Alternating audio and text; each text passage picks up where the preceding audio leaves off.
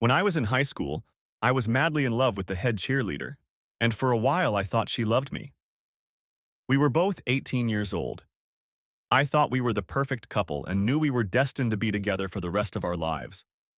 Throughout the school year, there wasn't a scrap of paper between us. That's how close we were. One evening in May, I happened to drive by her car in the school parking lot. I couldn't figure out why she was parked there, because she was supposed to be with the cheerleaders at a baseball game that night. As I approached the car, I thought it was shaking. As I looked out the window, I realized my world had fallen apart. The love of my life was having fun with some idiot. As I raced down the road, wandering without purpose, some part of me thought about jerking the steering wheel sharply to the right. There were plenty of trees I could crash into, but I didn't and headed home. Perhaps my folks would have some sound advice on how to deal with my broken heart. When I got home, my parents weren't there. Instead, there was a note saying that they were going out on one of their dates and would be back late. It was as if a shroud of sadness had descended on me. I went into my father's office and tried the door of the gun safe. I knew it held his birdshot gun, a 12-gauge Beretta double-barreled shotgun, and a service pistol from his days on the police force. My father's precaution in locking up his firearms may have saved my life that night. I was so upset. Now, as an adult, thinking back on that night, I wonder why it affected me so much. But the teenage brain is not noted for its rationality, and what seems insignificant to an adult can be overwhelming to an 18-year-old. I laid down on my bed, waiting for my parents to return, but fell asleep. I woke up the next morning, still dressed and wrapped in a blanket. When I opened the curtain on the window, the light of the morning sun streamed into the room. It was a gorgeous spring day. As I walked down the stairs and into the kitchen, I saw my mom making breakfast and my dad reading the newspaper with an unchanging cup of coffee in his hand. You could tell from their looks and body language that the date night was a success. These two people still loved each other after 25 years of marriage. I was overcome with shame at the thought of how hurt they would be if, when they returned home, they found the bloody, lifeless body of one of their children. The three of us spent the next hour talking. I was lucky to have that kind of relationship with my parents. I left the table with a deeper understanding of my own importance and plans for the near future. I didn't say another word to the girl. Any attempt by her to speak to me was met with icy silence. I thought about it, but didn't even ask her to return the expensive necklace I had given her the previous month for her 18th birthday. A necklace I had spent a month's salary on while working part-time at the local grocery store. After a week of this treatment, she stood at my front door with tears in her eyes. My grandmother was in the house that day and opened the door. After listening to the girl's pleas, my grandmother simply said, "What are you waiting for, young lady? You were caught having fun with another guy. My grandson is not going to stand by and make a fool of himself. You better get on with your life because Jeff did." With those words, she closed the door. It was too late to find a date for prom. My ex-girlfriend went with that creep. I don't know if they had a good time at the dance, but their classes ended after prom. When he replaced them, I'm sure the sugar in the gas tank may have further delayed their fun. This story had an indelible effect on me. I became a little colder, less emotional, and vowed to never be a jerk again. More than one blossoming love interest was cut short when I felt a girl couldn't be relied upon for fidelity. 10 years later. "Jeff, what the hell is this?" My wife, Emma, stood over my chair, holding a piece of notebook paper in one hand and a used book in the other. I hadn't had time to read this book, recently purchased online from a used bookseller, and it was in the bookcase with the others on my to-read shelf. For some reason, I ignored the paper and focused on the book because that's what I thought she was asking about. But I was puzzled because Emma never gets upset when I buy books. In fact, she usually reads and appreciates the books I choose. It's The Wrong Man, James Neff's comprehensive investigation of the trial of Sam Shepard for the murder of his wife, the fugitive. Now it was Emma's turn to be perplexed. "Not the book, mister." She shoved a notebook sheet under my nose. "This one, this one." She was practically screaming now. I tried to take the paper away, but Emma seemed reluctant to let go of it, like it was something important. But she finally let it go. I got up from my leather reading chair, put aside Kafka's The Trial, which I was reading, and read the words on the paper. They were handwritten in a distinctly feminine cursive. Jeff, you need to divorce this witch you're married to before she drives you so crazy that one day you destroy her. I will wait for you, but not forever. Your love, Terry. P.S. Just so you know, we had fun one last time until I saw the divorce papers. Signed.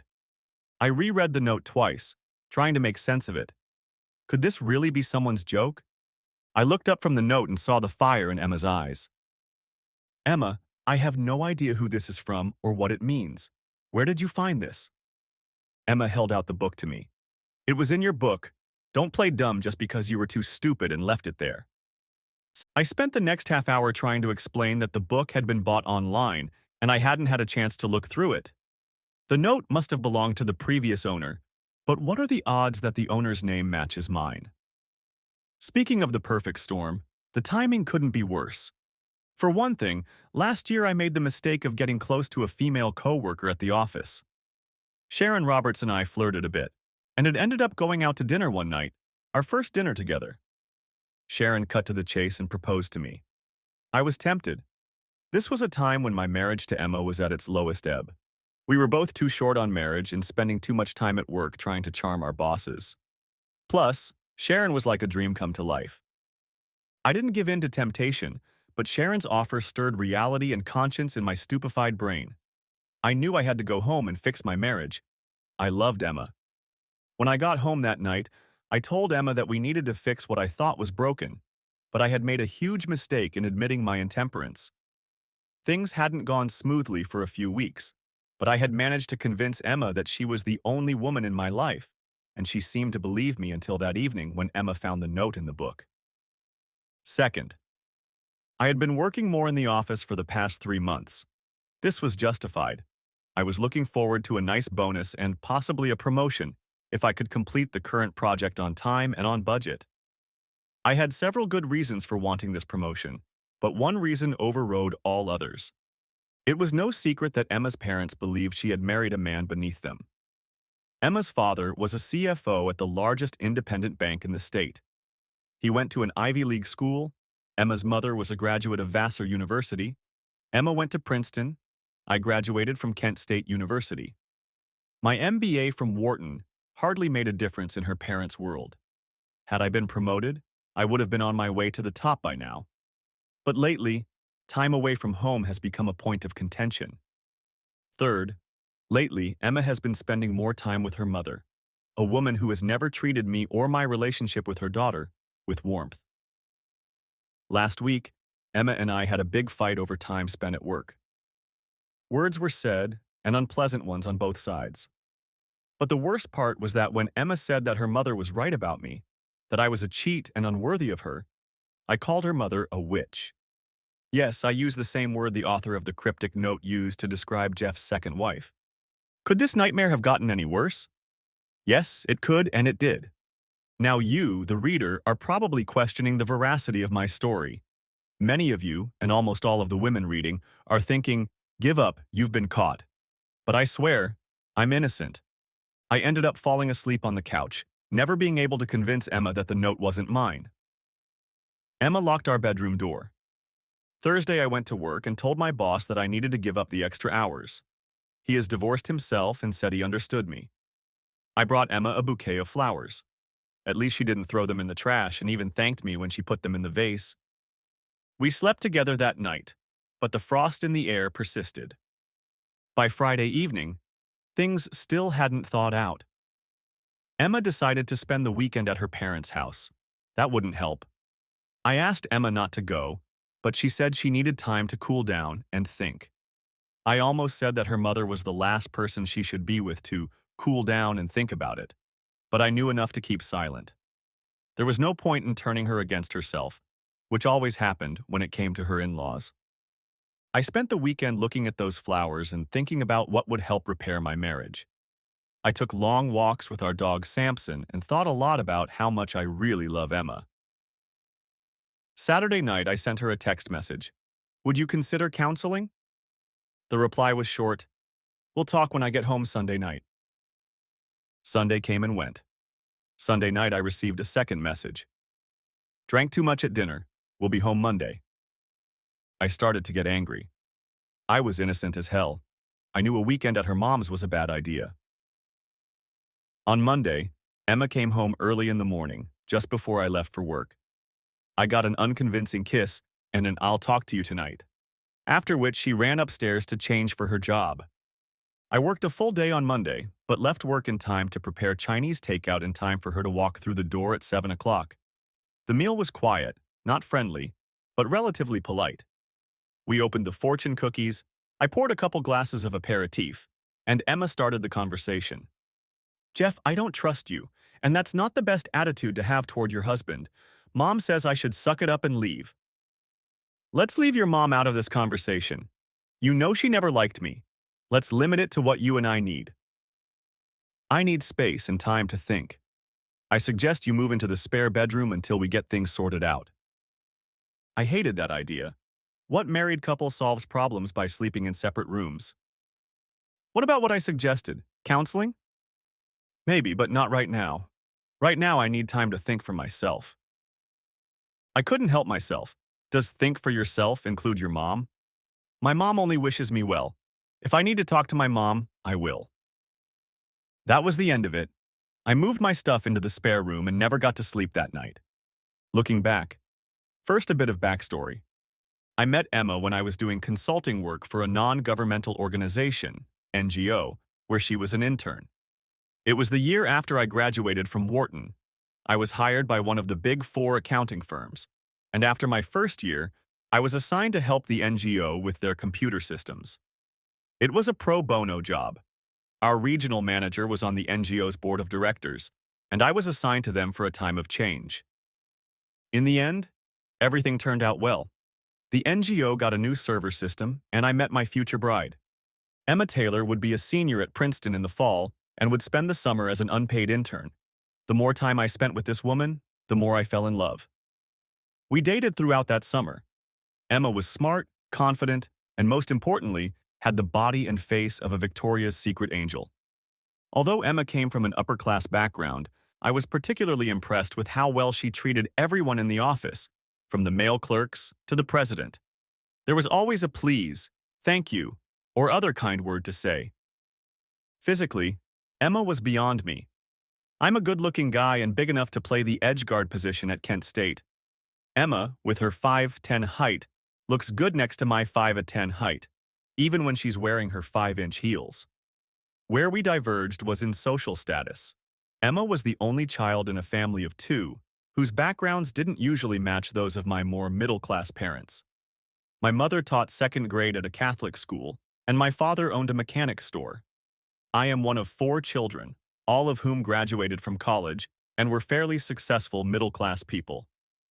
Mom and Dad were rightfully proud of their children. Dad and Mom instilled in us a work ethic that helped me succeed.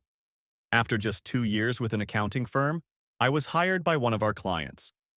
We had just completed a successful consulting job with TMG, 2 Engineering Inc., and had saved the company millions in the transition from mainframe to server computing.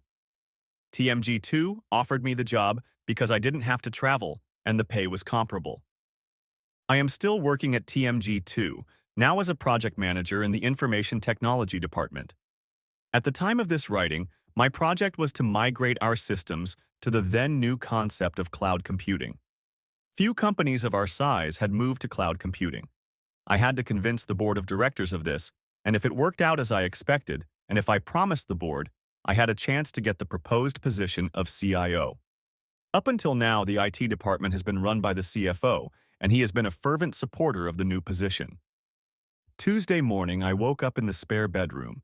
It took me a few moments to get my bearings, but when I went downstairs, the coffee was ready. Emma was upstairs in the shower. I considered joining her for a moment, but decided to give her the time she had asked for. After drinking a cup of coffee, I headed to the guest bathroom and began to get ready for work. All week, our relationship remained strained. Emma had been spending long days at work, so I decided to do the same and get back to my project. I think my boss was pleased. He probably thought my marriage problems were solved and I didn't care. On Friday afternoon, I sent Emma a text. Can I take you out to dinner tonight? You pick the restaurant. 10 long minutes later, I got her reply. Going to my mom's, spending the weekend. This was ridiculous. I immediately called her and she politely replied, how can we work on our marriage or your trust issues if you're not home? I told you I needed time. It's only been a week. You have to respect my wishes. I tried my best to remain calm and gave her my reasons for staying the weekend, but all my arguments went unheeded. Finally, she agreed to consider my third request for counseling. Will I see you before you leave for Manhattan tonight? No, I've already packed my bags. I'll probably be back Monday night. I'll stay the weekend and go straight to work from New York. Another weekend. Just Samson and me. 2 more days of trying to figure out how to fix what was broken. On Saturday, I had an idea. I found the number of the used bookstore where I'd bought The Wrong Man and talked to the salesperson. Hello, I bought a used copy of The Wrong Man from your store. You shipped it to me 3 weeks ago. Inside was a romantic note written by a man named Jeff, which is also my name. My wife found the note and is accusing me of having an affair. I need to speak to Jeff, who the book belonged to. The salesman had the nerve to laugh. Man, what are the odds? A book called The Wrong Man, owned by 2 guys named Jeff, and even with a love note inside. The salesman was pissing me off. Look, this isn't funny. My wife needs assurances that I'm not the Jeff who got the note from this woman. Does your system track buyers and sellers? Yes, if the guy is registered with us. A lot of people who sell us used books have accounts and are in our system, but I can't give you a name or phone number. What if you take my name and phone number, contact the other Jeff, and ask him to call me? I can do that. What's your name so I can trace the book? Jeff Parker. As in the author? I was puzzled. What author? He laughed again. T. Jefferson Parker. He writes mysteries. This conversation was idiotic, but I had to ask. What does the letter T stand for? I don't know. Maybe Thomas? Your guess is as good as mine. I've never heard of him. I don't read fantasy mysteries. Okay, forget that Parker guy. I'm Jeffrey Parker, not Jefferson, and I don't have a T in my name. I gave him my phone number and was pleasantly surprised when the phone rang 20 minutes later. My name is Jeff, and I'm told you have a note found written in my name. Is this some sort of blackmail? No, it's not blackmail. I bought a book called The Wrong Man that belonged to you. Inside was a note from a woman named Terry. I need you to tell my wife that the note was written to you, not me. The note was in a book? Hell, I've been looking everywhere for that stupid bitch's note. If my wife had found it, I'd be dead. I can't believe it ended up in that book. Jeff, pay attention. I need you to tell my wife what happened. No way. I dodged that bullet. Terry is past it, and I'm still married, and I'm going to keep this marriage going. He hung up. It took me 5 minutes to calm down and gather my thoughts. I dialed the number that popped up in the received calls log on my cell phone. It answered. Hello? Jeff, it's Jeff. I've changed my mind. This is blackmail. If you don't send me a notarized statement that Terry sent you a love note, your wife will get a notarized letter from me with a copy of Terry's note. How's that, man? That's cold. Probably not as cold as it's been in my house since Terry's note was found by my wife. Okay. But you'll promise it's over, right? I promise. Just send a statement, remember? It has to be notarized or my wife won't believe it. Here's my address. Don't delay. Get it done early in the week. Looking back, 2. Becoming lovers. Emma and I were working at an NGO and had only been dating for 5 weeks when we first made love. By the time the summer was over, Emma and I had become very exclusive.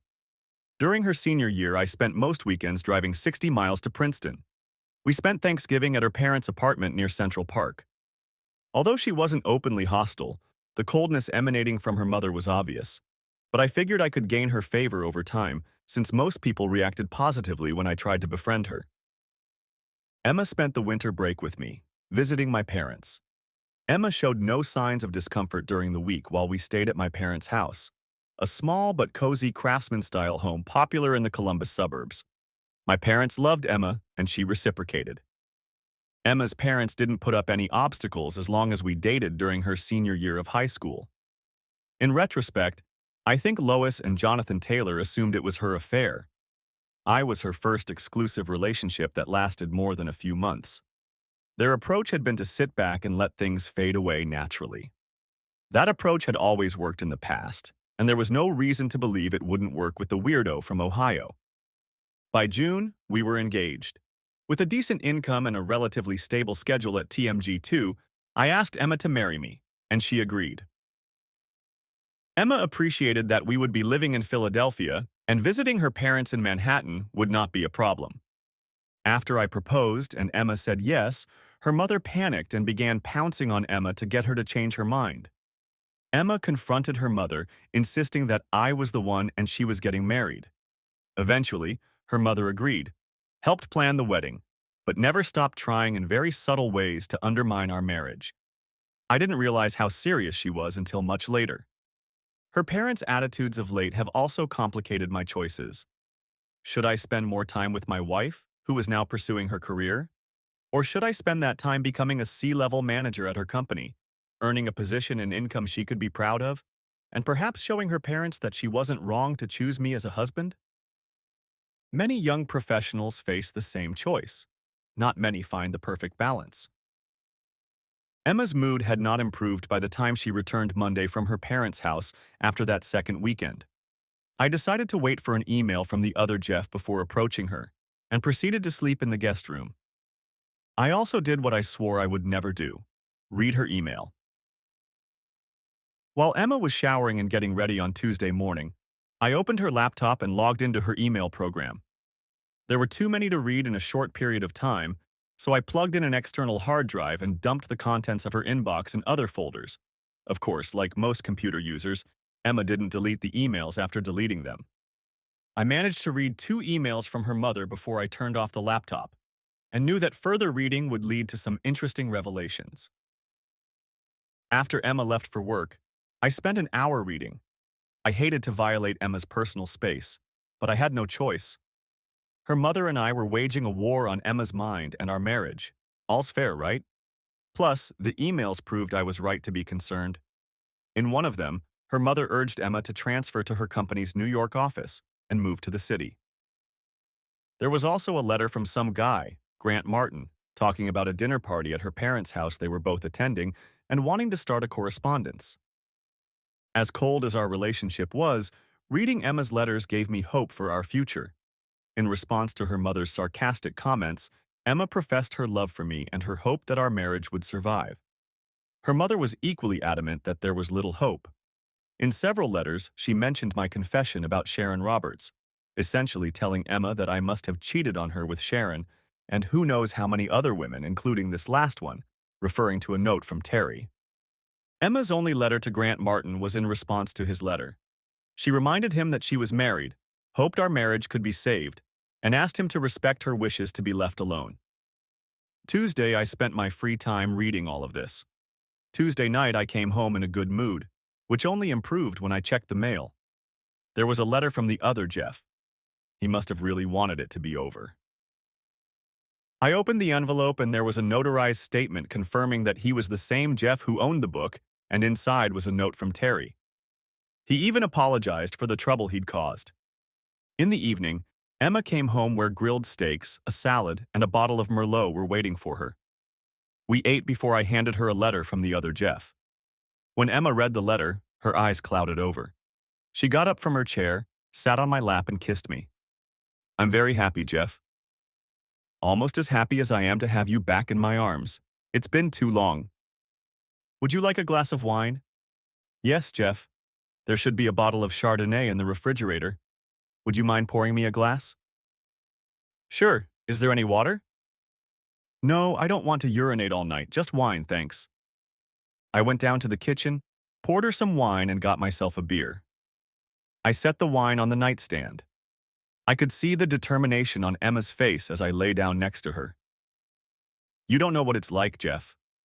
Wondering if your mother and father love you, or if you're just another fashion accessory of society. Think about how differently you were raised, how your mother and father welcomed me into their lives, even when I first met them. Then compare that to how my mother and father treat you. I interrupted her. They never liked me. Emma threw a look at me, the same look she gave me when I interrupted her. You think it's just you? How many times have you seen any warmth towards me, their own daughter? I had to admit that it rarely happened, but assumed it was a reaction to her marrying me. I remained silent and nodded for her to continue. Now imagine you're a young girl and your parents react this way to your presence. And when you turn 10, they send you to boarding school. I never thought they didn't like you. I only assumed they were treating you the way they've always treated me, with cold indifference. Tell me, Emma, what has this to do with our love and marriage? Why has it suddenly become important to you? Because 3 or 4 months ago, Mom called me and we went out to lunch. Mom said she wanted to rebuild the relationship and was sorry we were estranged. She threw an emotional lifeline into our relationship, and I'll admit, that's what I wanted. Since then, she and I have spent more time together. She told me how proud she was that I graduated from Princeton with a bachelor's degree and was very complimentary of my career. I told my mom that we were thinking of starting a family. Admittedly, she advised me to wait. My mom said that was the reason her career collapsed when my father insisted she get pregnant. She believed she was too young to have a child, and that is one of the reasons we were never close. She blames her father for this and says you are doing the same thing to me, causing me to lose my individuality and fulfillment. I was struck by the last statement. Emma, that's too ironic. Last year, you were the one who talked about starting a family. When I hesitated, you decided we should get a dog to, as you put it, test our paternal instincts. We got Samson, and a few months ago I realized that we were ready, that we would make great parents. And now your mom says I want you to get pregnant and walk barefoot in the kitchen? She didn't say that. It's the same thing. Emma, Lois seems to be driving a wedge between us. Yes, we talked about starting a family. I started to raise my voice, which is never a good thing. Emma replied, Mom only wants what's best for me. For the second time in 2 weeks, Emma uttered those exact words. I was reminded of the movie The Stepford Wives, in which all the wives were obedient slaves to their husbands. Had I suddenly run into a Stepford daughter? I need this, Jeff. I need a relationship with at least one of my parents. You've been spoiled your whole life. 2 loving parents, 3 loving siblings. I need a mom in my life. I almost asked, what about us? But realized it was better not to ask, because in the mood Emma was in right now, she would take it as selfishness on my part. Besides, I had to be careful. The last thing I could afford to do was to give advice on what I'd learned from reading her letters, but I had to ask. Is there someone else, Emma? Emma sat up and looked me straight in the face, her eyes burning into mine. Hell no, Jeff. No. I would never cheat on you. I had to defend myself. I'm worried about this weekend in New York. I'm worried because you're an attractive woman and I know your parents have an active social life. I know that men are bound to like you and ask you out on dates. Was that too much to say? Emma's answer didn't seem suspicious. I've only been to one dinner party my parents threw last weekend at their house. One of Dad's co-workers was there, but you don't have to worry. He didn't set up. I remained silent and in response only put my arm around her shoulders and kissed her. My bottle of beer and Emma's glass of wine were already empty. I turned off the nightlight and we exchanged I love yous. I rolled over onto my back and closed my eyes, hoping to get some sleep so I could at least forget my fears for a couple hours. So much for magical reconciliation, I thought to myself. The next night, I checked Emma's phone while she was making dinner. Hell, there had been 2 calls from her mom today, and both lasted over 30 minutes. I was totally screwed. During dinner, I decided to take a chance. Emma, would you like to spend the weekend at the coast? I can get a room on Fire Island. Emma had the grace to make a guilty face. I'm really sorry, Jeff. My mom called today, and she has 2 tickets to see The Merchant of Venice with Al Pacino. She asked me to join her Saturday night. Can we go to the shore next weekend, please? Yes, of course. Next weekend. At least I slept in my bed again. We slept together, but we didn't make love. Thursday morning, I made my decision. I had the email addresses of my mother-in-law and Grant Martin, and with them the war was about to rage with renewed vigor. For what I did next, I would be fired, unable to work in any IT department, and possibly go to jail if I got caught. I sent fake emails to Lois Taylor and Grant Martin.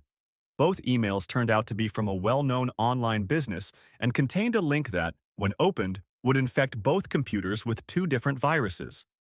One virus would give me remote access to each computer, and the other was a keylogging virus that would record everything typed on the keyboard, including user IDs and passwords.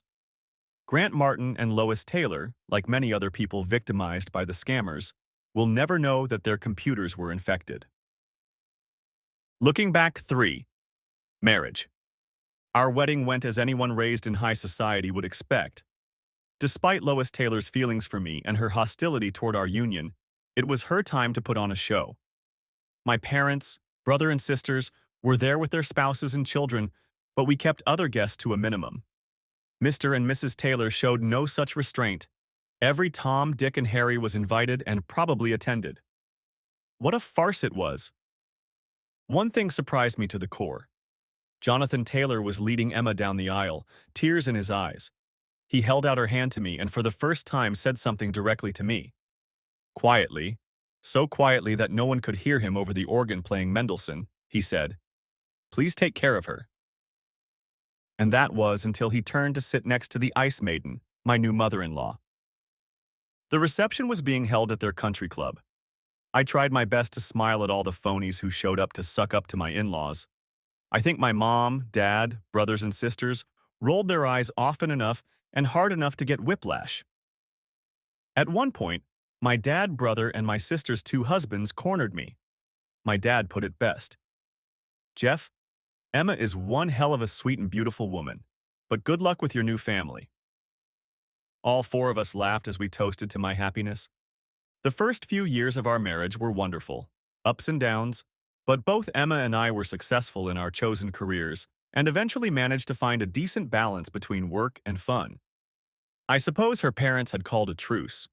Since we lived in Philadelphia, far enough away from Manhattan that constant interruptions were inconvenient, the truce held until very recently. Recently, we'd even started talking about kids. But being overeducated and overcompensated city dwellers, we did what every couple in a similar situation does. We got a dog to make sure we were ready for parenthood.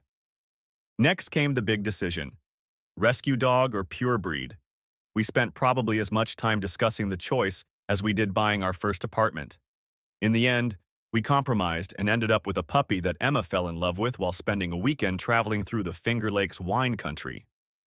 Samson was the friendliest of the litter, consisting of a Labrador mom and an unknown male dog. Of course, now I'll have to mimic all the other dog owners, companions, and go on for hours about why Samson is the smartest and sweetest dog in the world. But let's keep it short and just say it's true. You'll have to take my word for it. After a year of living with Samson, we realized we were ready for kids. Emma was ready to quit the pills when things went south. By Thursday night, Grant and Lois had opened my fake emails and both computers were infected with 2 viruses. I could now read all of their emails, and what I learned blew my mind. Grant Martin was having an affair with Emma's mother. There were no sincere declarations of passion or love, just a few letters with arrangements for secret meetings. I didn't have time to dig through the various folders on Thursday night or Friday. I needed to focus on my project at work. But I did find a very important letter from Lois to Grant. Grant, I have enclosed with this letter the e-tickets for Saturday's play. Try to remember that this isn't a date with Emma. You're just doing me a favor by picking up Emma when I pretend to be sick on Saturday. Good luck, be as charming as ever, and she'll start to realize what a loser she married. Lois. I opened the attachment and found a PDF with 2 tickets for Saturday's performance of The Merchant of Venice. This email only added to the mystery. If my mother-in-law is having fun with Grant Martin, why is she setting him up on a date with Emma? I'm not usually known for my dodgy mind, so perhaps the answer was unfathomable to my straightforward brain. I decided to go to New York and find out for myself how far this could go. I put Samson up for the night at a local kennel and slept very soundly. The morning after Emma left, I took the Amtrak train to Manhattan and began to consider my options. I still loved Emma and felt that there had to be some way to save our marriage. By the time I arrived at Penn Station, I had a plan of action ready. I bought a Yankees cap and baseball jacket, a cheap camera, and a bag of almonds. When I had 2 hours to spare, I stopped by a grocery store on 43rd Street that served excellent Reuben. I tried not to drink too much coffee or water. It could be a long night. At 6:30, I sat down on a park bench across from her parents' house. I hadn't been sitting there more than 15 minutes when I heard a voice beside me. "What agency are you from?" I turned around and saw a pretty woman standing there. "What do you mean?" "Well, you're obviously keeping an eye on this building. I assume you're following someone. So what detective agency do you work for?" "I don't work for an agency. My wife's parents live here, and I think she's planning to go on a date with another man tonight. I'm just watching her to see if she'll say yes or no." "I'm sorry to hear that, but it explains why you're such a bad judge of character. Look, don't be so obvious. And what kind of camera is that? You have to be 20 feet away from them to get even one clear shot." She unbuttoned her coat and showed me a nice Canon with a zoom lens. "Here, step back to me. When you see your wife, point it at her. I'll take a couple decent shots for you." "Why would you help me?" "For the $100 you'll give me when I email them to you. Believe me, they'll be worth your money." "What makes you think I'm following someone?" "Because a quarter of the residents of this part of the park are private detectives keeping an eye on one of those 4 buildings across the street. Plus, the Yankees cap. All the private detectives who come to town take a Yankees or Mets cap with them, thinking that's how they'll fit in. I took you for a small-town private detective chasing a deadbeat wife, but I didn't think you'd turn out to be an asshole husband." Her words hurt, but she continued her monologue. "This part of town is a hotbed of crooks and a gold mine for detectives. Too much money and too little morality. Everyone here is entitled. I'm watching the building next to yours, waiting for some rich lawyer to walk out the door with his mistress. His wife is out of town and hired us to get some evidence of what he's up to. He probably has a prenup. I'll still be here tonight to capture the two of them, coming back from dinner. It's going to be a long night." She held out her hand. "I'm Karen, with an I." I watched Emma's building while my new friend talked. Men and women were going in and out, the doorman opening the front door and cab or limo doors for the tenants. I didn't know what Grant looked like, so all I had to do was wait for Emma to come out of the door and see who she was with. As soon as Karen finished her introduction, Emma came out with a man who I assumed was Grant. "There they are." Karen picked up her camera and clicked the shutter a few times. She was damn fast. She must have gotten at least 4 shots before they got in the cab and drove south. "Gotcha. Now what?" "Now I focus on the building next door. As far as I can tell, it's a little early for them. Let's go over here and sit for a minute." We went and sat down on a park bench across from the neighboring building. "First thing first, if you send me your email address, I'll send pictures. It will cost you $100. If you want, I'll take some pictures when they come back. And if I can get them, are you willing to part with another $100? "Sure." "Okay, here's the deal. If you give me the asshole's name, for another $300, I'll do a little digging and give you some information. If we do that, we have to sign a contract to make it legal." "I'll sign a contract with your agency?" "No, I'm a freelancer. Today I'm working as a contractor for an agency that the lawyer's wife hired."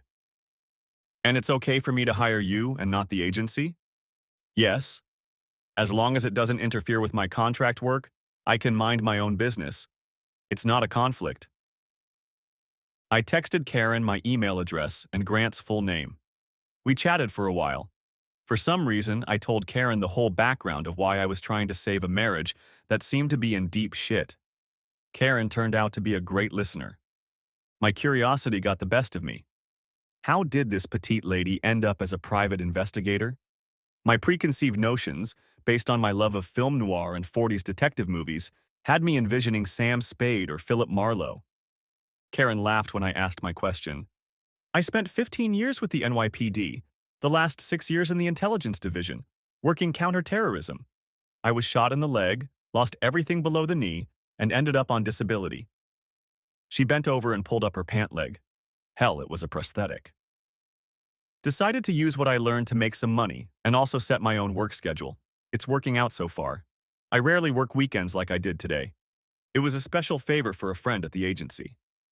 As she spoke, Karen pulled out her camera again and started snapping pictures of the couple getting into the limo across the street. Are you going to follow them to the restaurant? No, that's probably not the kind of place where you can buy something without getting caught. I'll grab a bite to eat on the next street over and then sit here and wait for them to come back. 9 times out of 10, these couples have dinner and then go back to the love nest for the night.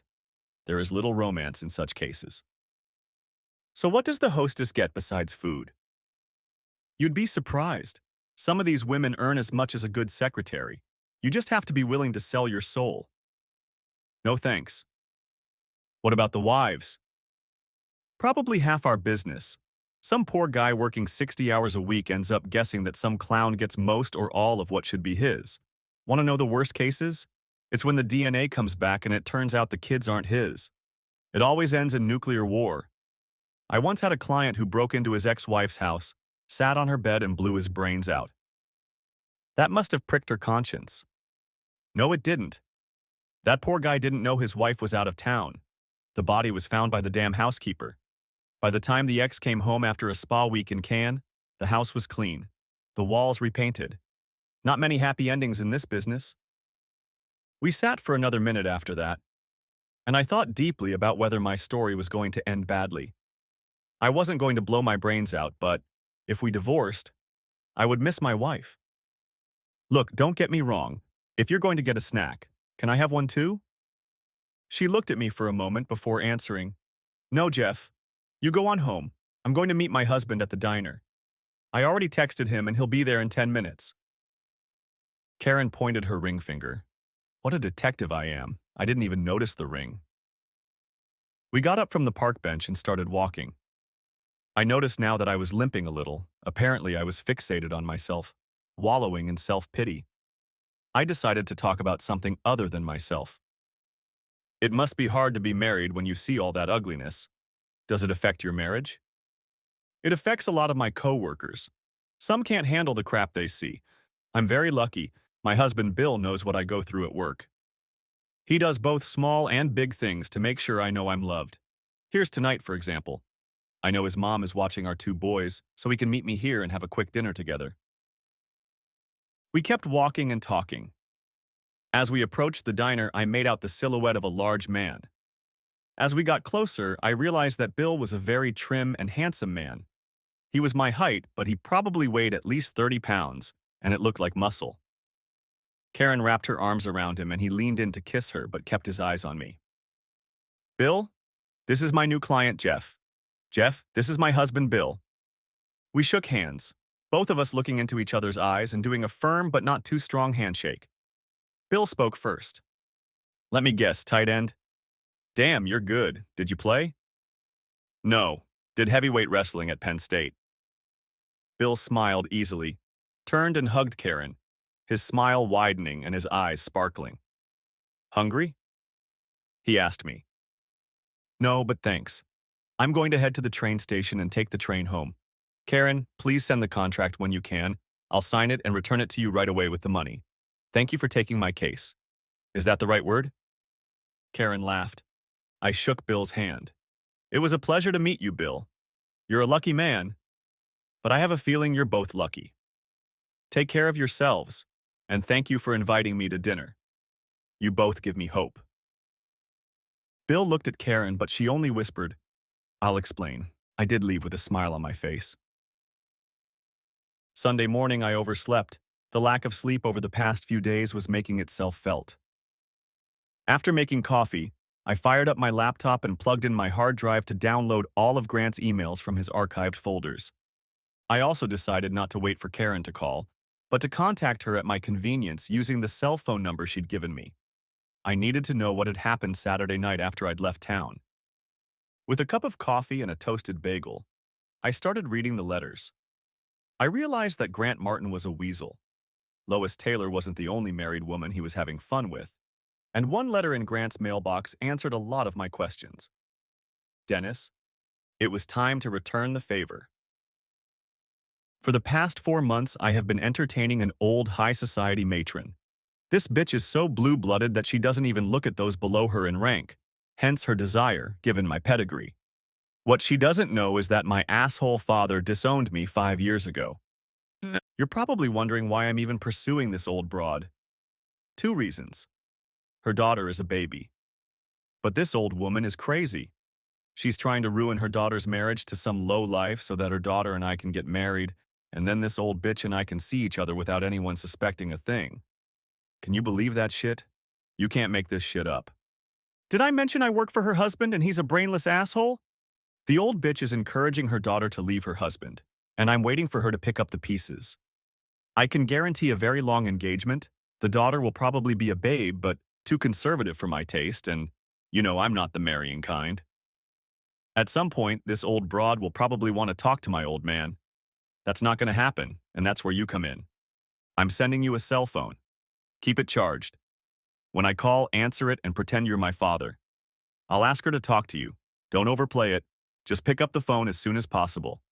Remember, I'm counting on you like you counted on me last year. Don't screw it up. No. Sorry to be James Bond, but I don't want to take any chances until I have a chance to make a decent buck. Did I mention that this old broad is worth millions? Yes, you did. Your brother TK, Grant. Reading that, I almost felt sorry for Lois, for less than a second, and then I realized I was dealing with a snake's nest. This was totally out of my league, and I was hoping someone with Karen's experience would help me decide on the next step. While waiting for Karen Grant to call me, I connected to my computer and spent several hours on the internet, including logging into my work server and running several different programs. I watched and recorded everything he did. I now had his user ID and password in the bank. By 2 o'clock in the afternoon, I couldn't take it anymore and called Karen on her cell phone. Hi, Jeff. I've been waiting for your call. Sorry to bother you on a Sunday. Apologize to your husband and kids, but I need to know. What did you see last night when I left? You'll be happy to know that your wife showed up in the cab just after 10 o'clock. She got out of the cab and headed for the door. Grant walked beside her and seemed to be trying to persuade her to let him in. She shook her head. He tried to kiss her. She turned away, and he only kissed her cheek before she walked through the door. The doorman must have gotten instructions because he wouldn't let Grant through the door. He turned away, but only after cursing the doorman. By then, the cab had left, and Grant must have already paid him off, rather cheeky of him. He must not be turned down very often. In other words, your fiancée didn't succumb to his charms. She got home in due time, and nothing untoward happened. Except for the fact that she went on a date with another man. I was glad Emma hadn't slept with that jerk, but I was still angry that our marriage was falling apart. Remember what you said to me last night? She was set up by her mother. That doesn't excuse all of her behavior, but it creates a reason why she's acting this way. Okay, I agree. But that's what you need to hear. It sounds like Grant Martin is having fun with Emma's mom, and Lois Taylor is destroying my marriage to keep Martin around. No kidding, it's so chilling. I've been in this business for years, and it never ceases to shock me how evil people can be. How did you find out about this? If I tell you, do we have some sort of client detective privilege? No, Jeff. If I get subpoenaed, I have to tell. So if you're doing something illegal, you have to decide if it's worth sharing. I thought about it and decided, what the hell? And told Karen how I'd gotten the emails. She, like many people in the last decade, was stunned. I also told her that I had Martin's user ID and password to access personal accounts and wire transfers. You can actually get into this guy's computer and read his passwords? Hell, at the end of this week, you're going to have to teach me how to defend myself against people like you. In the meantime, I'll be back with my family. We'll be watching The Wizard of Oz, and the kids will be looking at me with a, "When are you going to stop talking on the phone?" look. I'm sorry, Karen. Call me tomorrow when you've sorted out Martin's biography and I'll tell you the rest. With those words, we hung up, and I started digging through Grant Martin and Lois Taylor's email again. By Sunday evening, when Emma got back from her parents, I had tons of information, but I had no idea how to use it. Besides, all my clothes and other personal belongings were in the guest bedroom and bathroom. Not a few minutes later, she burst into the kitchen where I was sitting drinking a Yuengling. "Jeffrey, where are your clothes?" I ignored her question. "How was your date last night?" An expression appeared on Emma's face that I hadn't seen before. Guilt, horror, deception. "What are you talking about? I didn't go on a date." Emma said it with such conviction that I might have believed her if I hadn't seen with my own eyes as she got into the cab. "What do you call going to a play with a non-native member of the opposite sex? Maybe look it up in the dictionary?" There's that look again. "Were you following me?" "Not that it matters, but I went into town yesterday. I was going to try to convince you and your mom that I should take you to a play, and I pulled up to their building just in time to see you getting into a cab with some guy. Who was it?" Okay, I lied to her, but it sounded plausible and I didn't want Emma to find out what I was really up to and what I really knew. "Jeff, my mom got sick at the last minute, and one of my parents' friends was kind enough to drive me. Nothing happened." I played dumb. "And who is this kind friend? Does he have a name?" "Grant Martin. He works for my father." I decided it was time to get her thinking. "Look, Emma, this is bullshit. Your parents are trying to divide us. Come to think of it, I'm willing to bet you $1,000 that your mother miraculously recovered on Sunday. This illness was staged. How did Grant Martin get free at the last minute? It's time for you to pull your head out of your ass and realize that our marriage is almost over." Emma rocked back on her heels as if she'd been shot. I didn't want it to turn into a scream, so I took the opportunity to leave the kitchen and headed for the guest room. It was a restless night and I didn't get much sleep. I ended up getting up, leaving the house, and was at the office before 7. At 8, my cell phone buzzed with a message. Checking my phone, I saw that Emma had sent 2 words: Sharon Roberts. Apparently, Emma had already talked to her mother, and Lois was filling her head with nonsense. My marriage was rapidly spiraling around the toilet, heading for the sewer.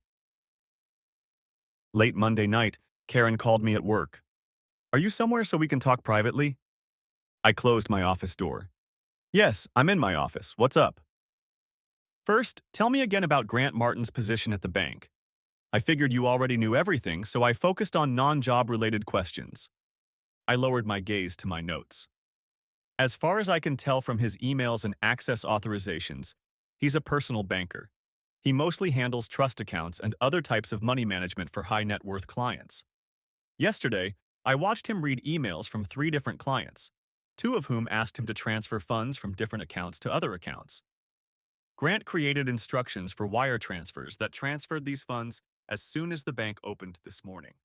The money was supposed to be transferred this morning. I will be able to confirm this later today when I get to my computer at home. I don't want to use my work computer for that." "Did any of those transfers go to foreign banks?" "One was to an account in France. Some rich kid was studying in Paris, and his father sent money for tuition, room, and board." Karen thought for a few seconds, and there was silence on the line. Then she began to recount what she had managed to find out so far. "I spent the morning gathering dirt on our friend. First of all, the guy had some problems in college. I still can't figure it out. But it was so bad that his family practically disowned him. He moved to New York to get away from everything that was going on out west. Then I talked to a friend in the NYPD. It turned out that last year a college buddy of Martin's had stayed with him for a long weekend. This buddy, Dennis Riley, picked up a young girl at a bar and brought her to Martin's apartment. The girl had a little too much to drink and asked Riley to call her a cab. Riley refused and began to lash out at the woman. When Riley fell asleep, the woman left the apartment, went to the local precinct, and filed a report against Riley. The police investigate, but Riley claims it was consensual. Martin supports Riley. Martin signs a statement accusing the woman. Martin even claims that the woman molested him after Riley went to bed. He says that's why she was so angry. When it's 2 against 1, the DA refuses to press charges against Riley. The cops wanted to press charges against the son of a bitch, but the DA said it would be a waste of time and money. So this guy got away with it because Martin confirmed his version of events? About right. I picked up Grant's letter to Dennis and read the first sentence to Karen. Karen paused for a second before replying. "It sounds like Riley owes Martin a big debt of gratitude for lying to him." How do you feel about hurting those two assholes? The one who did this to this woman, and the one who lies to get away with it? No doubt about it. What's on your mind? Yet, last night you told me how you managed to get hold of Martin's computer. How good are you? I mean, do you think you can open foreign accounts using his identity? Given his position in the bank, do you think you'll be able to transfer his clients' funds? I have computer, technical knowledge, but no knowledge of how to open an account. And how illegal do you propose to make it? I don't want to be involved in the theft of funds. If we do it right, no one will lose money. I think we can get this guy tightly wrapped around our finger, but that's something we need to discuss in person. Can you meet tomorrow night? I'd like to bring a friend with me. Karen, I'm sorry, but I have to ask. Why are you doing this without any monetary gain? I agreed to pay you a few thousand just to watch Emma on Saturday night and dig up dirt on Grant Martin. Now all of a sudden we're opening accounts, transferring money and all that? What's in it for you? Because I can't afford to pay you more, and I certainly can't afford to get caught or go to jail. This is personal, Jeff. Some asshole gave me something to drink and then took advantage of me. When I woke up, I was too embarrassed to call the police or go to the hospital. When my roommate returned from her trip home that weekend, she found me crying in our room with no lights on. She convinced me to go to the hospital and the police. Unfortunately, by the time I was tested, there was no sign of the drug in my system. That was years ago. There are better tests now. I filed a complaint against the guy anyway, but it was he said, she said, and it didn't work out. To answer your question, I'm doing this for that girl who was abused by Dennis Riley. She deserves to know that not every asshole gets away with it, and Grant Martin will go to jail for contributing to Riley. They're both scumbags. Karen's voice changed as she told her story. It was obviously still causing her heartache. I had only known Karen for a few days, having spent less than 3 hours with her on Saturday night and on the phone. But I already knew that I would help her bring these scumbags to justice. As my grandmother used to say, sometimes putting yourself on the line, even if you're breaking the law, is the right thing to do. Before we hung up, Karen told me to send over everything I dug up on Martin's computer. Bank accounts, loans, mortgages, etc. I told her she'd get it all tonight. We arranged a time and place to meet on Tuesday night. I made excuses to Emma about being late at work, but it didn't matter as we danced around each other, hardly spoke, and slept in separate bedrooms. Tuesday night, I met Karen at a quiet pub. As promised, she had a friend with her. Karen introduced him only as Hank. If my guesses were to be believed, Hank was a former employee of one of the alphabet agencies, most likely from Langley. After I informed Hank that I now had access to Grant Martin's computer and his personal and professional banking systems, he and Karen told me their plan. First, we buy an airline ticket to Dubai for Martin using his credit card. Second, open an account in Dubai for Martin. I'll give you instructions. Dubai is one of the friendliest havens for illicit funds since the Swiss have gotten so much trouble from the US Treasury. Third, arrange for the transfer of several million to the Dubai accounts early in the day. At this point, I interrupted Hank and turned to Karen. Wait, I said no stealing. Hank answered for Karen. We will make sure none of the funds leave the country. You will make one very error in the instructions for transferring the money. That mistake will delay the transfer, and it will look like Martin tried to steal but screwed up. Okay? I thought for a moment, then decided. Okay, so what's next? According to what you found, Martin has a home equity line of credit with over 100,000 unused. He also has another 60,000 in a brokerage account. Both of those accounts will be compromised. 2 wire transfers to an account in Dubai, but they'll go through without error. Do you have a problem with that? Not if it's his money going overseas. Good. If he's being milked dry on this side of the Atlantic, it'll prevent him from getting decent representation, which will go a long way toward helping us get his douchey buddy Dennis Riley in order. Karen took this opportunity to add the next step. And here's the final step. You send a letter from Grant to Dennis. Here, read it. Karen held the letter out to me. Dennis, forget the rich old broad. I've got better things to do. By tomorrow, I'll be rich enough to last a long time, at least until I find another old broad with more money than brains. That means leaving the country, but there's nothing here worth sticking around for. In a way, I have you to blame, or thank. depending on how things work out. I got a call today from some investigator asking questions about your adventure last year. You should have learned your lesson at USC like I did. Get Sleet's approval before you spout this nonsense, because next time I won't be around to lie for you. I'll contact you and let you know where I land. I'm sure the feds will be monitoring this email after tomorrow, so don't bother responding.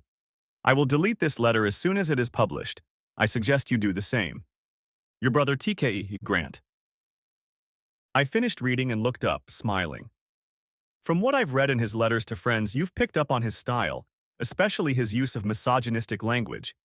What's this about the University of Southern California? Karen replied. I found out today why Martin's family disowned him. There were two assholes who took advantage of the situation. The girl had been drinking a little at a party. She had a reputation for being easily accessible. The girl committed suicide a week after the incident. The Martins paid the girl's family $250,000 to hush up the case, but also recanted Grant's involvement. Rumor had it that it wasn't the first time they'd kept Junior out of trouble with their money. Karen's story strengthened my resolve to put Martin and Riley away. Okay, with Hank's instructions I can do all that, but we need to make sure Grant is in his apartment and not at his computer when all this happens. How do we do that?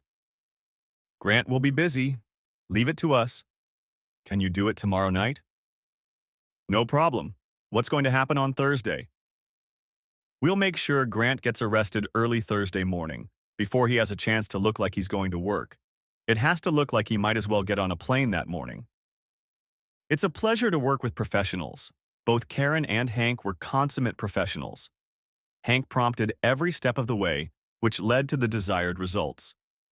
Grant opened a new account in Dubai. His credit card was used to purchase first-class tickets for a late-morning flight to Dubai. A line of credit was established, as was a brokerage account. Sending the money was to take place on Thursday morning. I picked one of Grant's wealthiest clients and arranged for a $5 million transfer to be ready by Thursday morning. But there was one simple mistake in that transfer. The transfer was never sent. How did they make sure Martin would be in his apartment all night? It was done with the help of an expensive escort that I assume Hank used in his former life working for Langley, or whoever. This hottie happened to bump into Grant on his way home from work and convinced him that she should buy him a drink to apologize for being such a klutz. Grant, being a self-centered egomaniac, decided that it was his charming personality and looks that convinced the young beauty to have one more drink in his apartment. This is where the experience of subterfuge came in handy. The woman said that once she had already run into rudeness from a guy who started off well. She swore it wouldn't happen again and demanded to see her ID. Grant decided, what the hell, and pulled out his driver's license. Everyone knows driver's licenses are bullshit. Half the people in this town carry fake ones, but just in case, show me your passport. If Grant had been thinking with more than his little head, he would have questioned the lady's logic. But he decided, what the hell again, walked to his office, opened his desk, pulled out his passport, and held it out to her. She looked at it defiantly, even flipped through the stamped pages, making cute remarks. Oh, Spain, how great! I just love Ibiza. She closed the book, put it on the hall table, grabbed Grant by his tie, and dragged him to bed. Grant Martin opened his door at 8 o'clock Thursday morning and found two of New York City's finest detectives on the other side. Despite his claims of innocence, he was, figuratively speaking, tied up in a little bow. It didn't help that both detectives noticed Grant's passport lying on the hallway table. Going somewhere, Mr. Martin? The detective asked, handcuffing Grant. Of course Grant knew he'd been set up. He just didn't know who or how.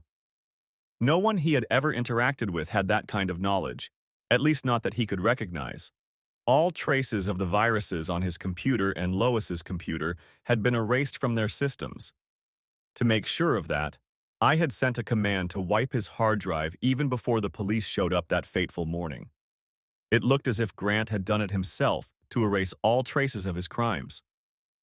Eventually, the police contacted Grant's internet service provider to get copies of his email, and that's where they found an email to Dennis confessing to giving the cops a false statement and a fake email to Riley, explaining his plans to leave the country with the illegally obtained money. Karen's contacts at the police department proved to be quite cooperative. They offered to drop the charges related to the previous false statement if Grant would testify against Dennis. Like the scumbag that he is, Grant went along with the deal and Dennis Riley was extradited back to New York to face the charges. Of course, when Dennis learned of Grant's treachery, the two jackals turned on each other, and it was a delight to hear them cut each other to pieces. Grant Martin received no support from his family. Funny how his mother and father spent so much money to get him out of trouble when he was guilty, but didn't lift a finger when he was actually innocent of the crime. No matter how much he protested his innocence, he was found guilty of theft and other related charges. Grant Martin would spend the next 4 years in prison. With Grant's testimony, Dennis Riley was sentenced to 10 years. By the time of his testimony, Grant and Riley hated each other so much that Grant was particularly outspoken. Grant's refusal to help, despite the woman's screams, did not reflect well on Grant, but the damage to Dennis Riley's defense was done. All of this happened over the course of the next year. As these events unfolded, I had more personal issues to deal with. First, I needed to burn that bitch of a mother-in-law. So, on the afternoon of the day after Grant Martin's arrest, I made an appointment with my father-in-law. Mr. Taylor, I have some things to show you. Some of them will hurt Emma if I show them to her, if she believes me. Some might hurt you. I don't know you well enough to understand, but I'm sure you don't want your daughter to get hurt. So I am giving them to you to do with as you see fit. I have hired a private investigator to find out why my marriage has recently started to deteriorate. I have no idea how he obtained these materials, but I hope you will be as shocked by their contents as I am. I intentionally only used emails from Lois's account, not wanting anyone to know that I had access to Martin's computer because he would claim he was set up. Why support his claims? Jonathan Taylor gently took the folder containing Lois's letters to Grant from my hands. Leaning back in his chair, he read for the next 15 minutes, interrupting his reading only to pour us both a cup of coffee from the carafe behind his desk. Maybe it's my inherent working-class snobbery, but I was impressed that he actually poured the coffee himself, rather than ringing some secret buzzer for the maid to come and do it. It wasn't the first time he surprised me that day. I think he did it to gather his thoughts. The look on his face was particularly somber. After finishing the last page, he put the folder down and stared at me. I thought I asked you not to hurt my girl. Knowing that her mother used her in this way would hurt Emma. I'm very sorry, sir. In that case, don't show it. I promise not to bring it up during our divorce. So you plan to divorce Emma? That would hurt her too. Not my option, sir. Your wife seems hell-bent on ending my marriage to Emma, and right now, she seems to be convincing Emma that it's the right thing to do. First of all, can you please stop addressing me as sir? My name is Jonathan and my friends call me Jack.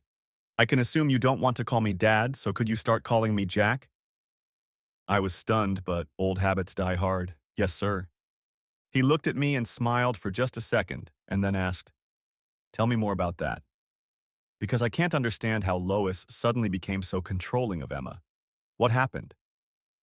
I told Jack what I had learned over the past 2 weeks. Lois told Emma that she gave up her career for Emma, that she was too young when she got married and had Emma, and that you forbade her from pursuing a career. She put a big, fat load of guilt on Emma.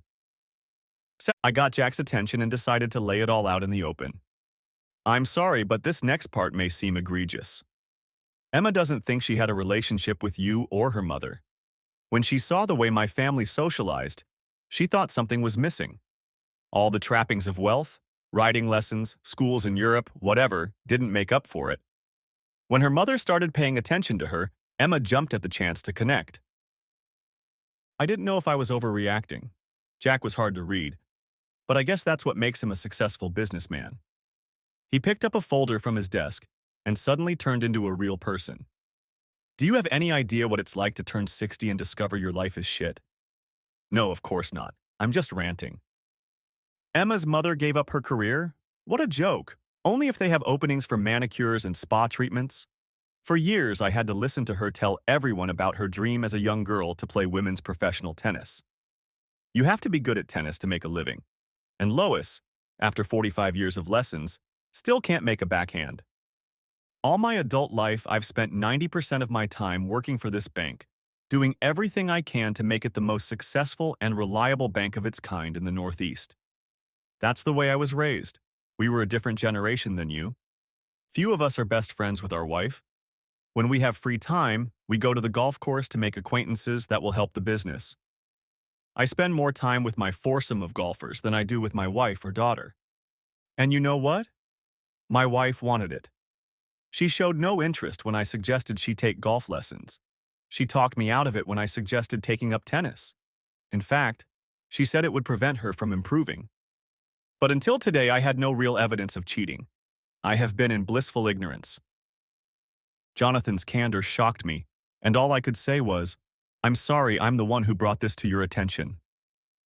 No, Jeff, I'm grateful to you for bringing this to my attention. It's one thing to get a little love on the side. It's another when you're so conniving that you're willing to sacrifice Emma's happiness to keep your lover around. And with one of my coworkers. Let's talk about how we make our own horns. Every day, this little asshole would walk past me knowing he was having fun with my wife. Well, he won't be entertaining my wife for a while because he was arrested this morning for stealing from one of our clients and providing false information in a criminal case. If everything we heard from the police this morning is true, Grant Martin will disappear for a while. And Lois? Well, unfortunately, Lois has her own trust fund worth millions, which pretty much works in my favor in the divorce. She'll park her ass at the spa or on the tennis court crying crocodile tears. Some loser will pick her up and I will be easily replaced. She will lose a bit of social status. Some other wives will avoid her because they will be defending their territory. In this world, we live on a dog-eat-dog basis. She'll also lose her relationship with her daughter, but from what I've read here, Jack picked up the folder, that probably doesn't bother her much. And Emma? I'm wondering if it's too late to start a relationship with my daughter. I love her, I really do. But I've let her mother control our relationship. Another thing I owe Lois for. By God, I have to find a way to make Lois pay for all the pain she's caused. Maybe not right away, but somehow. In the meantime, Jeff, I want to ask for your help. You say you love Emma. If you can look past that, do you think you can repair your marriage? I don't know, sir. I mean Jack.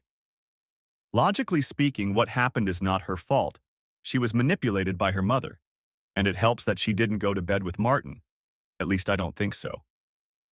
But emotionally, that's the hardest part. I'm not like you. I just showed you proof of your wife's infidelity and duplicity and you didn't shed a tear. You were a little angry, but you kept your composure. Me, on the other hand. When Emma walked out the door that second weekend, I cried for the first time in my adult life. I don't know how you do it. Jonathan Taylor looked at me and made a decision. Because I started locking my emotions in a bottle over 40 years ago. Let me tell you a story that not many people have heard. When I was fresh out of college, I went to Navy flight school. It was tough, but I passed OCS. I was so proud of myself the day those stripes appeared on my uniform in front of my parents. I was going through flight training when my life became a living hell. I messed up and crashed, broke both legs and my back, and my radar intercept officer, Ted Andrews, was killed. I spent 6 weeks in the hospital. When I was able to walk without crutches, I went to Ted's parents to apologize. I will never forget their faces as they looked at the man responsible for their son's death. I returned to the base a broken man. I cried for days. I was useless to the Navy. They gave me an honorable discharge and sent me home. My parents were kind. They placed no additional blame on me. They sent me to Harvard so I could get my MBA and put it all behind me. But not a week goes by that I don't think about what I should have done that day to prevent the accident. I wasn't drunk or hungover or anything like that. It was just a mistake that cost a man his life. And it was my mistake. Ted's parents didn't want to hear from me again, but I have dedicated part of my life to his memory. In addition to my volunteer work, every year I make a $10,000 donation to the USO and one of Gary Sinise's funds for wounded soldiers. So amidst all that, a whore as a wife seems like a small thing. I listened in silence, and when he finished, I looked at my father-in-law. I saw a man with a huge weight on his shoulders that he had been carrying for far too long. I knew I could do something to lessen that load, and I realized exactly what I was going to do. One last look back, meeting Emma. As I navigated the circumstances, it's important to remember how much of Emma's behavior lately has been out of character. This can only be explained by her need to finally have a relationship with her mother, who had never shown normal mother-child love. My thoughts went back to the first conversation I had with Emma that summer 8 years ago. In between my NGO duties, I was walking past Columbus Square when I noticed a familiar face sitting on a bench. A young woman I recognized from the office, looking like she needed a friend. I took a chance, walking up to her and introducing myself. "Excuse me, I've seen you in the office before. My name is Jeff Parker. I work in the Information Technology Department." I held out my hand. The girl looked into my eyes.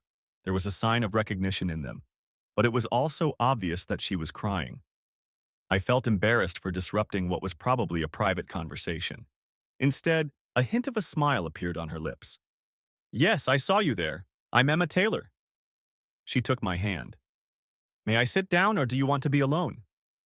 "No, please have a seat." I took another chance. "It's obvious you've been crying. Would you like to share?" Emma paused for a second. "Did you hear the news today about the two girls in Sudan?" One of the charities the NGO supported ran schools for girls in Sudan and other countries in Africa and the Middle East. There, the girls were taught to read and write, as well as domestic skills and health education. Teaching women these skills did not always endear them to the local population. "No, I was in the bank with the servers all day. This is the first time I wasn't in the server room all day," she says. Yesterday in Juba, two sisters were pulled out of class by the girls' grandparents. They were upset that the girls' parents allowed them to read and write. They claimed it was a plot by the West to turn the girls against Allah. This morning we received a report that the sisters had been mutilated and had their clitoris removed. All this was done with the approval of the local imam. I remained silent in response. I had heard of this barbaric practice in some Muslim tribes, but I had never heard of it being applied to women until today. Emma started to cry again, but then continued. "What I can't understand is how people who claim to follow a God can think it right to destroy what that same God created." She paused. "Do you think we're doing any good there? Or are we just creating an even bigger mess?" I won't pretend to know the answers to your questions, Emma, but my grandmother taught me something when I was a kid. I was visiting my grandparents on their farm when a big thunderstorm hit. We saw a big funnel cloud, and the three of us were trying to corral all their chickens into the barn. There were probably 20 of the 25 chickens in the barn when Grandpa closed the door and told me to go to the basement. I started to protest, not understanding why we were abandoning the homeless. Grandma set me straight. "If you try to save everyone," she said, "you'll probably end up saving no one." Emma looked at me with her beautiful eyes. She was really listening to me with interest. "I think you could apply your grandmother's philosophy to what your organization does. Try to save as many of these young women as possible from a life without hope. You will never save them all, but you must not lose sight of the positives while you are saving those you save." Your grandmother seems like a wise woman. But what do you mean by you? Don't you work for an NGO? Not exactly. I am working on a contract with KPMG. When I'm done transforming systems, I'll go on another assignment with another company. That's the life of a consultant. In 2 months, I could be in California or Virginia. It must not be easy to make friendships. I can't imagine such a nomadic life. I've only lived in 2 places in my entire life. Here in Manhattan and where I go to school, Princeton. Even my prep school was 5 miles from the university. You use the present tense. Are you still in school? Yes, I have 1 more year left at Princeton. I'm here as a summer intern. Does that mean you're working here without pay? Yes, but that's not a problem. One thing my father believes in is community service. He gives me a decent allowance and also pays my tuition. Money isn't a big problem. When I graduate next spring, I'll have a chance to try living on my own, but for now I need to focus on my studies and helping out here as an intern. That must be great. As soon as I said that, I realized how sarcastic it might have sounded to her, but Emma didn't voice it. Yeah, and I'm not going to deny it. I have friends at school who have to watch every penny or borrow money to pay tuition and rent. Having a disposable income takes away the need to be a student. As Emma spoke, I realized how different this woman was from many of the wealthy people I'd met in Wharton and beyond. Over the course of our 30-minute conversation, Emma expressed sympathy for two strangers in Sudan and for her classmates at school. I later learned that on the same day we spoke in the park, Emma had been hit by a cab on her way to work. She had a large bruise on her thigh, but it wasn't talked about until days later. This was a woman worth knowing, but before I could utter a word, she surprised me again. Jeff, since you said it's hard to make friends while wandering the planet, would you like to have dinner with me sometime? Of course I said yes, and so began our friendship with Emma. A friendship that grew into a relationship that is now jeopardized by her mother's evil meddling. Leaving my father-in-law's office, I took the train back home. An hour later, Emma walked through the door to find dinner on the stove, a bottle of breathable Merlot, and a dozen red roses on the table. It took her a few moments to notice the 3 sets on the table. I see we're expecting guests. Who? Your father. My father. What about my mother? Has something happened to my mother? Please tell me. No, nothing happened to your mother. Your father and I just want to talk to you about some things. Go wash up, he'll be here any minute. Thank goodness Jack rang the bell right away. I don't think I would have been able to restrain Emma for long. Perhaps my plans for a quiet dinner were naive. The wine was poured and the pasta was on the plates. But as soon as we sat down at the table, Emma wanted to know why her father was here without her mother. Jack lowered himself on his sword and began to tell Emma what her mother had been doing for the past few months. Emma became hysterical, crying no, no, no, no, no, until Jack led her away from the table and sat down with her on the couch, and Emma burst into tears on his chest. I cleaned up the kitchen and let them have some alone time. I took Samson for a walk. When I returned half an hour later, Emma met me at the door, her eyes still red. Jeff, I'm so sorry. Please tell me you want to stay together. Please, Jeff. I want to, Emma. I never stopped loving you, and I never wanted to be your husband. My greatest fear was that you would change your mind and leave me. I was so stupid, but I told you how important communication with my mother was to me. Now that's over with. What about your father? My father wants to mend the relationship, but he's afraid I'll be wary of his motives, given what happened with my mother. We'll take our time, but first he wants me to work on the damage I've done to our marriage. Father will be going on vacation soon. He'd like to take us both to an island in the Bahamas while we're free from work. He wants to get to know us both better. That's great, babe. We'll work out the details later, but for now it's just great. Come on, let's go try to eat. I heated up dinner in the oven.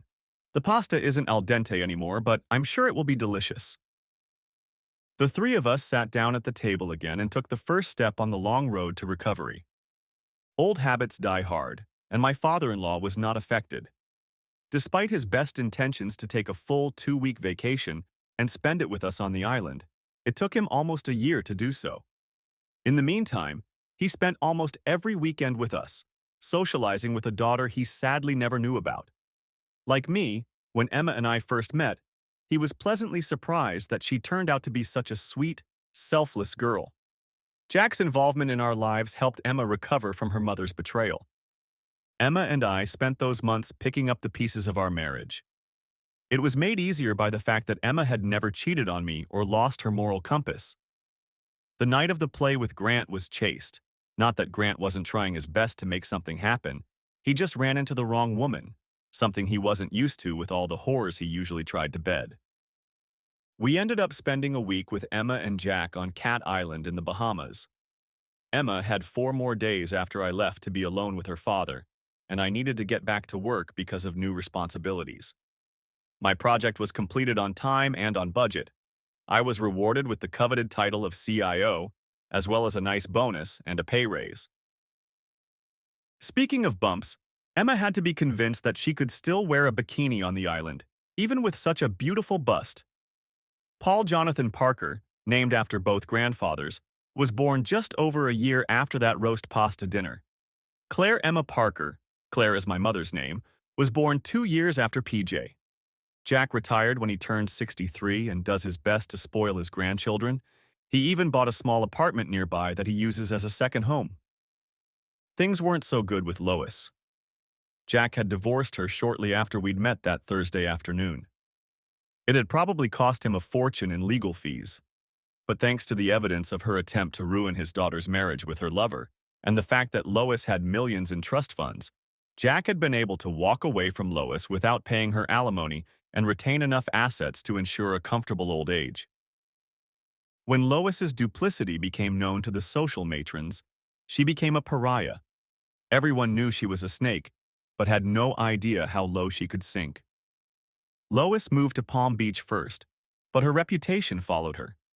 She had been denied membership in the local tennis clubs, and in her 9 months in Florida, she had never made a single friend, not one pretend friend. Palm Springs was next in line, nothing like a few thousand miles to get rid of a bad odor. Although Lois was allowed to join the beautiful people her millions could conquer, she couldn't compete with the young wives for male attention. Lois made the mistake of many aging women with low self-esteem. She went to a plastic surgeon. Unfortunately, she ended up looking like one of those crazy clowns with the weird smile and crazy eyes. I only know about the horror of her facelift because 2 years after Claire was born, Lois showed up on our doorstep. When I opened the front door, it took me a few moments to recognize the person standing on the other side of the door. I didn't even bother opening the door, I just spoke through it. "Lois, what are you doing here?" The lack of friendliness in my voice couldn't have been more obvious. "I want to see my daughter and grandchildren." "Lois, you're not welcome here. No one in this house wants to see you or even acknowledge your pathetic existence. Now go away." It took every ounce of self-control not to scream. "You have no right to stop me from seeing Emma and the kids. Open the door." "Lois, you don't understand. I'm not preventing them from seeing you. Emma doesn't want to see you and will do everything she can to keep you from infecting our children with your anger." I started to close the door just as Lois was opening it. I stopped for a moment. "Oh my God, what have you done to your face?" It just came out of my mouth. Lois was stunned by my comment long enough for me to close the door in time. She doesn't give up that easily. The next day was Monday. Lois figured I'd be at work and called home. Emma later told me that their conversation was short and to the point. Emma confirmed that Lois was persona non grata in our house and around the kids. Lois offered Emma a carrot. If she could visit her grandchildren, she would receive $10,000 for each of the first 10 visits for their college fund. Emma refused the bribe. Lois showed up at the daycare center. That was enough to get a restraining order. Lois tried to call Jack and ask for his help, acting out, "We were married for 30 years, blah, blah, blah." Jack laughed and hung up. The last we heard, Lois had gone back to Palm Springs and got back together with some gigolo who took a lot of money from her. That's so sad. Sometimes bad things happen to bad people. It reminded me of my last action against Grant Martin. Using an assumed name, I sent Martin a letter. It was a short poem, only 8 sentences. It read, "He's innocent," your lawyer said. But the jury thought otherwise. "For the crime that sent you to the bottom of the barrel, there are forces that come to the rescue." "I'm innocent," you repeated. But karma and justice went hand in hand. And now you realize, asshole, that you just screwed the wrong person. Thanks for watching. I hope you enjoyed it, so subscribe to my channel and watch the next video.